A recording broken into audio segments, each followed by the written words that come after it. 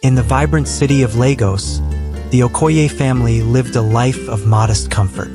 Mr. and Mrs. Okoye were the proud parents of twin teenagers, Ifeoma and Ikechukwu, often called Ife and Ike. The twins, now 18, shared an uncanny resemblance and an unbreakable bond.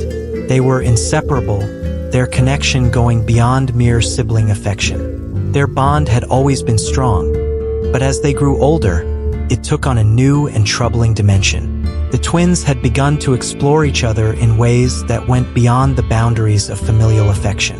It all started innocently enough, but curiosity and proximity led them down a path they knew was forbidden. One evening, the Okoye parents went out for a business dinner. The house was quiet, except for the soft hum of the air conditioner. Ife and Ike sat in their room, the air thick with tension. "Ike, we shouldn't be doing this," Ife whispered, her voice trembling. Ike looked at his sister, his face mirroring her fear and confusion. "I know, Ife, but it's like I can't stop. I don't know what's wrong with me." Ife sighed, tears welling up in her eyes. "We have to stop, Ike. This isn't right." The twins often had this conversation, their guilt and fear battling with their desire. But each time, the thrill and their bond drew them back into the same cycle. Weeks turned into months, and the twins became more secretive. They avoided their parents' gaze and spent most of their time locked away in their room. The once vibrant and outgoing teenagers had become shadows of their former selves, burdened by a secret too heavy to bear. One sunny afternoon, Ife began to feel unwell. She felt nauseous and dizzy, symptoms that grew worse each day. She confided in her best friend, Amara, during lunch at school. "Amara, I've been feeling strange lately," Ife admitted, her voice shaky. "I'm always tired and feeling sick." Amara frowned, concern etched on her face.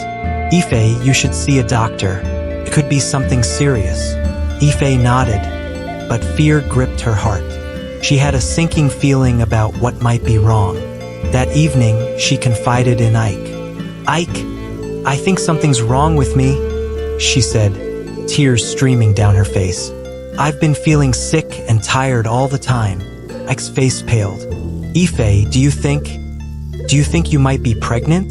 The question hung in the air like a dark cloud. Ife's eyes widened in shock and fear. "Pregnant? But how? We've been so careful." Ike shook his head, panic rising within him. "We need to find out. You have to take a test."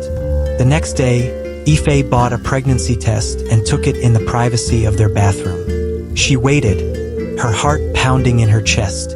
When she saw the positive result, her world crumbled. "Ike, it's positive," she whispered, showing him the test. "I'm pregnant." Ike stared at the test, disbelief etched on his face. What are we going to do?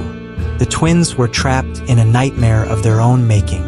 They knew they couldn't hide this forever, but the fear of their parents' reaction paralyzed them.